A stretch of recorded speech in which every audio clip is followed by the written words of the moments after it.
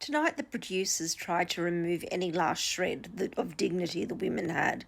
First, they were thinking they were making Love Island. This is not a sponsored post, by the way. When they got the women in their swimsuits to do a faux or fake water aerobics class at the mansion. Then they made them do some silly dance moves in the pool to try and make it funny, and it actually wasn't. And second was the group date, where they had to provide the entertainment for a charity show, but more on that later.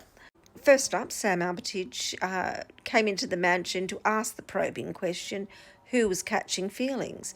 This obviously was to find out some intel about who she needed to get eliminated from the house. Sunny and Kim admitted they were crushing a bit. Nepo mum Laura was getting so little airtime she admitted she would take either a single or a group date with Bear.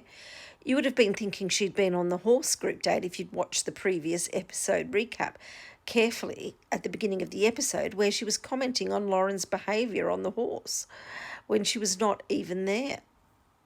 Speaking of Lauren, she's coming across as slightly obsessive but mildly amusing, and she's very comfortable on camera. Bear at one point must have been wondering if he would need to take an AVO out on her, as she, in detail, talked about how she wanted to touch him and get close to him. Terry was the lucky winner of the solo date tonight, and this was held at Luna Park. But the villain of the series, her adulterous ex-husband, also came along, as it gave her another opportunity to tell the tale of his infidelity. He's almost had as much airtime as Bear's ex-wife, and at this stage, both of them deserve to get credits at the end of the episodes. The sideshow game Striker, which they played, showed that it was as rigged as the TV show they were on, as when both of them took the mallet and hit the button, the lights went all the way up to the top. Terry's prize was a big blue bear, but this stuffed bear had a facial design that was more animated than the Batchie's was for most of the episode.